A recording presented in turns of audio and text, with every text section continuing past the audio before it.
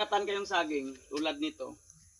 Dahil yung 1, 2, 3, 4, 5, 6. So dapat dito sa lakatan, 2 o 3 puno lang. So tanggalin natin to ngayon. Tapos itatanim natin. Para magdagko ang iya nga bunga. So dapat 3 lang. 3, 2 ang iya nga puno.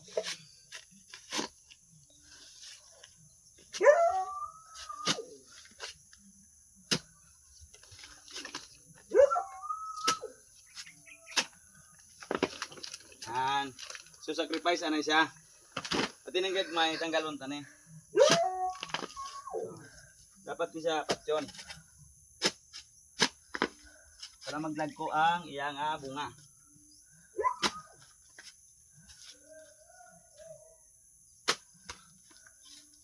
Kasi na At dahil minsan lang tayo makapunta dito sa ating area dito sa Takurong. So may mga pwede na tayong putulin na saging. So hindi na tayo bibili ng saging. So meron tayong tanim. So putulin na natin to. So ganoon lang ang simple magputol dito. Ito yung dwarf na lakatan. Thank you.